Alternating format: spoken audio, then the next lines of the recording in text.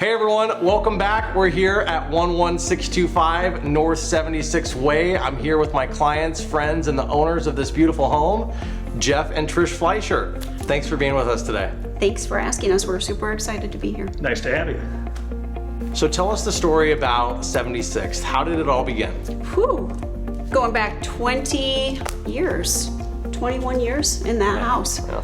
Raised a family there, and we had relocated back to Arizona from California, and Phoenix was small, Scottsdale was small, and the acreage on that property, it was a full acre, and we knew that the house had great bones.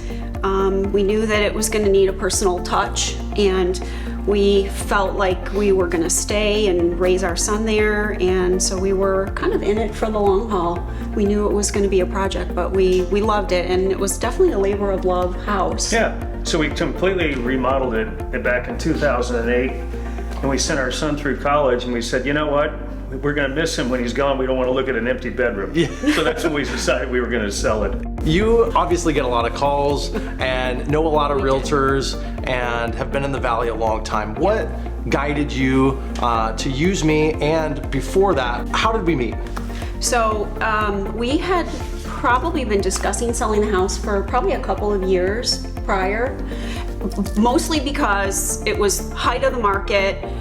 You know, COVID, economy's booming, people were wanting to go back home and look for these bigger houses, bigger properties. We were getting a call or two a week and people physically knocking on our doors wanting to buy our house. But we were already kind of in the process of making the decision that we would probably sell when Miles was ready to go to college.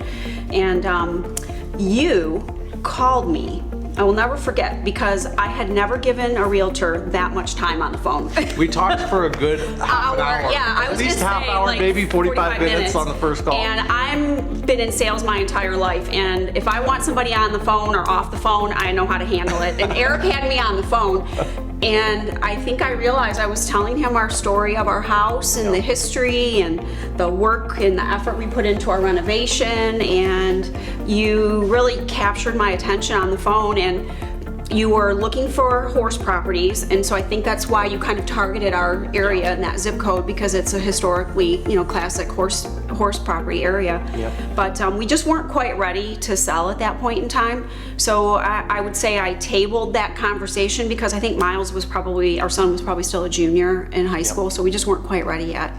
And so for those listening, we talked about a year prior to that, right? And then fast forward about 6 months, I kept in touch. Tell the audience a little bit about that. Not having met me, but having talked with me numerous times on the phone before we actually got to meet. So when he called again to follow up, we were actually having active discussions about when and how we would sell the house and what it would take. And Eric's timing was probably not accidental and impeccable. And so I couldn't believe that he recalled the entire conversation, that my son went to Chaparral High School.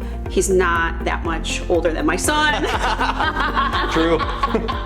Yeah, and we'd interviewed we'd interviewed two or three other, there were 3 or 4 in the process. Yeah. But I think the thing that set it apart was the work ethic, and it was a sort of holding on loosely. It was a light touch, but it was also sincere. Yeah. And that's what we really liked. And I liked the fact that you'd done your homework every time you called. Yeah. So I was more on the numbers side. Trish was more on positioning the house to get it looking ready to sell.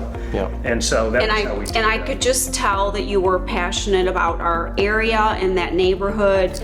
I could tell that you had a growing business. I did some research, but I knew you had kept notes on our call. Yeah. And my husband and I were in sales for a long time, and I felt that if somebody could jog my memory and my passion for my house, I felt that you could convey that same sense of care and pride we had in our house, and you would be able to convey that to other people. And I really felt that come through in our conversations. Awesome. I did.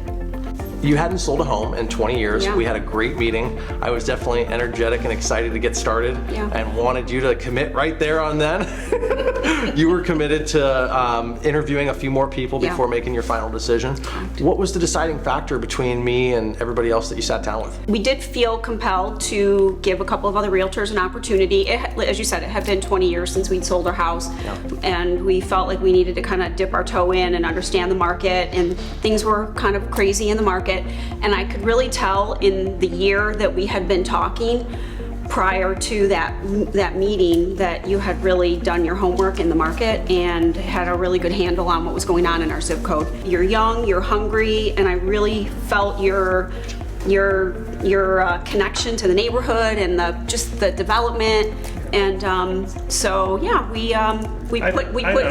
think it was just two things. Number one, I think we agreed on what level of staging and investment in the property was necessary. And number two, there was no nonsense related to a range of realistic pricing, whereas a lot of people were hedging that. And, you know, I mean, I think you did your homework and you gave us a realistic range and a good strategy, and that's what made me and we felt comfortable, and we just had very direct conversations. And I would say that I didn't have those very honest, direct, realistic, here's where we think we're going to end up conversations. And I think that was kind of That was the deciding factor. I think that was the deciding factor. So you've now experienced working with my team and I. We're so grateful for the opportunity. Thank you so much. Tell the audience, was it a good experience, an okay experience, or was it an awesome experience? And would you use this again? I would never call moving awesome, but I would say because of Eric and his team, it was as awesome as it could be, and you made it fun, you made it quick, you made it thorough, you were very concise in your communications, and that was awesome. Thank you guys so much for your continued support. You guys have been at my events lately. We've gotten to know each other on a personal level. It's been a lot of fun. I'm excited for more adventures and fun times together, and we'll see you guys on the next episode. Thanks, Eric. Thanks.